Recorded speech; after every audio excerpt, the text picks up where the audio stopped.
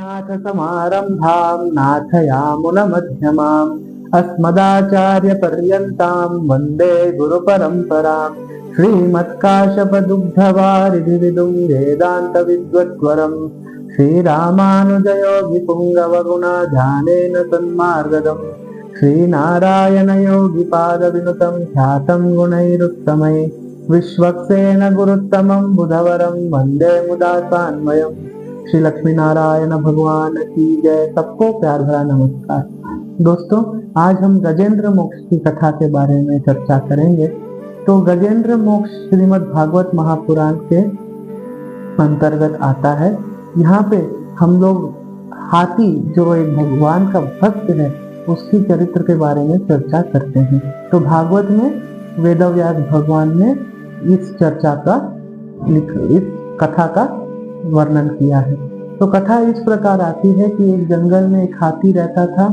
वो बड़ा ही भक्त था भगवान श्री नारायण का, और हर रोज हमने अपना पूजा अर्चना कर भगवान को रिझाता था। तो एक दिन उसने अपने पूजा के लिए फूल तोड़ने के लिए कमल का फूल तोड़ना चाहता था, तो सरोवर में उतरा। तो उस सरोवर में एक मगरमच्छ रहता था। तो उसने कमल का फूल लेने के लिए जैसे ही सरोवर में अपना पांव रखा, थोड़ा आगे बढ़ा, तो उस मगरमच्छ ने उस हाथी का पांव पकड़ लिया। तो हाथी तो दर्द से छटपटा रहा था। उसने अपनी पूरी शक्ति लगा दी कि कैसे भी करके मैं इस मगरमच्छ के चंगुल से अपने आप को बचा लूं, लेकिन बचा नहीं पाया। पास में ही उसका पूरा परिवार खड़ा था। तो हाथी ने सोचा कि अगर मैं अपनी शक्ति नहीं लगा पा रहा हूँ, तो मेरा पूरा परिवार जो मेरे पास में खड़ा है, आकर वो मेरी सहायता करेंगे और मैं इस चंगुल से बाहर निकल पाऊंगा। तो उसने अपने परिवारजनों की ओर इशारा कर चिल्लाया और आग्रह किया कि आकर मुझे बचाइए। तो उसके परिवार के लोग भी भयग्रस्त होकर सरोवर के अंदर आने में हिचकिचा रहे थे और निस्सहाय होकर उसकी यह दशा को देख रहे थे।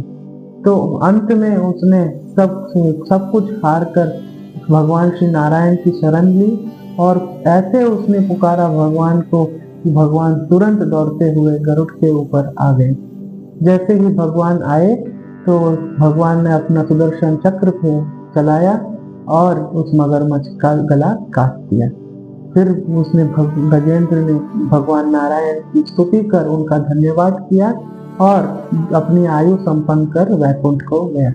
जब वह वैकुंठ पहुंचा, तो उसने देखा जो मगरमच्छ उसका पांव पकड़े हुआ था, वो पहले ही वैकुंठ पहुंच गया था।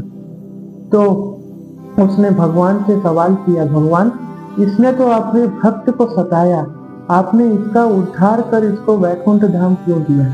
तो भगवान ने प्रत्युत्तर दिया कि गजेंद्र, भले ही इसने तुमको सताने की मंशा से, तुमको तुम्हारा शिकार करने की मंशा से ही तुम्हारा पांव पकड़ा था, लेकिन उसने तुम्हारा पांव पकड़ा। तुम मेरे भक्त हो, और जो भी जीव मेरे भक्त का शरणागत होता है, उसका तो उद्धार मुझे करना ही होता है। ऐसा कहकर भगवान ने हमें यह समझाते हैं भगवान कि भगवान से ज्यादा भगवान अपने भक्तों का मान रखते हैं। तो भक्त का मान ना घटे, इसीलिए भगवान ने उस मगरमच्छ का भी उद्धार किया, जो बुरे इरादे से अपने गजेंद्र का पांव पकड़ा था। भगवान ने उसका इरादा नहीं देखा, सिर्फ वो कर्म देखा कि वो मेरे भक्त का शरणागत हुआ।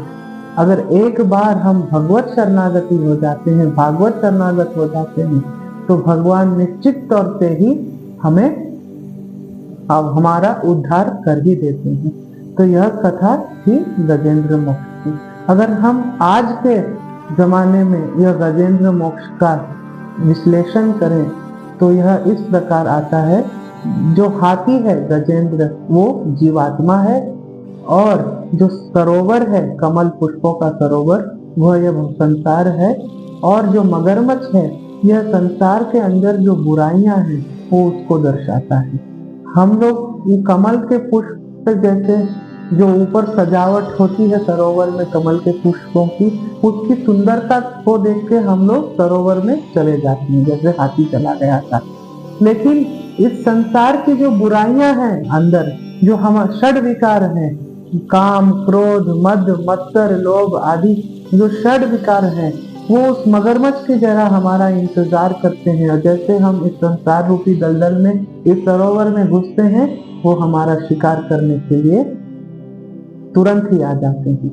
लेकिन हमें क्या करना चाहिए? हमें तभी गजेंद्र की जैसे भगवान की शरणागति लेनी चाहिए।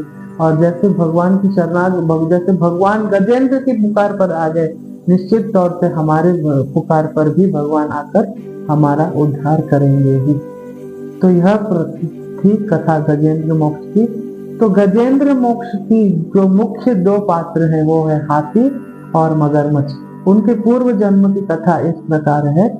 गजेंद्र नामक हाथी पूर्व जन्म में राजा इंद्रद्युम्न था। वो बहुत ही बड़ा भक्त था श्री नारायण का, लेकिन कुछ ऋषियों के अपराध से उसको श्राप मिला और वो हाथी के रूप में जन्म लेता है।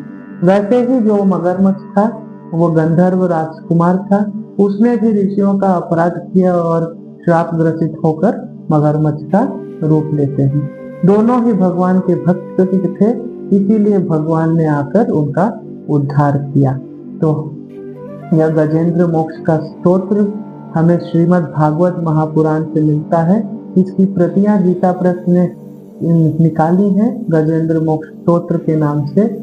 यह स्तोत्र का पाठ हमें रोज करना चाहिए और इस स्तोत्र के पाठ के पुण्य से निश्चित तौर पर हमें एक दिन भगवत साक्षात्कार हो ही जाएगा।